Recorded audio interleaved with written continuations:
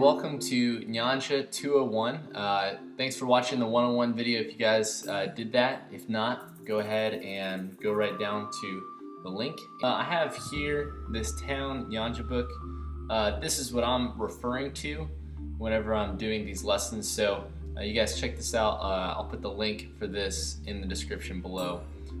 Just a little bit about my history in Zambia. I've been a volunteer with Family Legacy, and so there's also a link down there for that. Another thing to understand about town Nyanja is that what they're doing is they're mixing the Nyanja from the tribe and they're mixing English together, and so that's how we have this kind of combined language of town Nyanja. And so they've added different sounds that aren't in the tribal language of Chichewa or Chewa, but that are found in the town Nyanja, which merges both English and Nyanja together. One thing to know about Nyanja is the letter B. They have two different ways that they'll say that.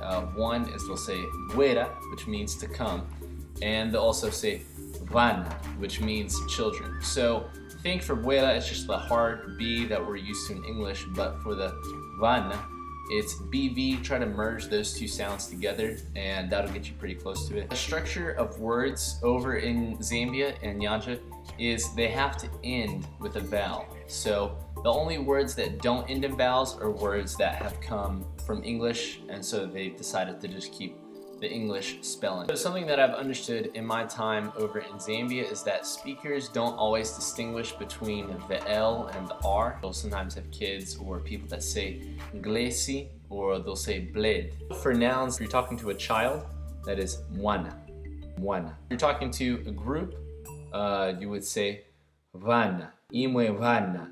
And what you're saying is, you kids, all the kids here, emwe vana.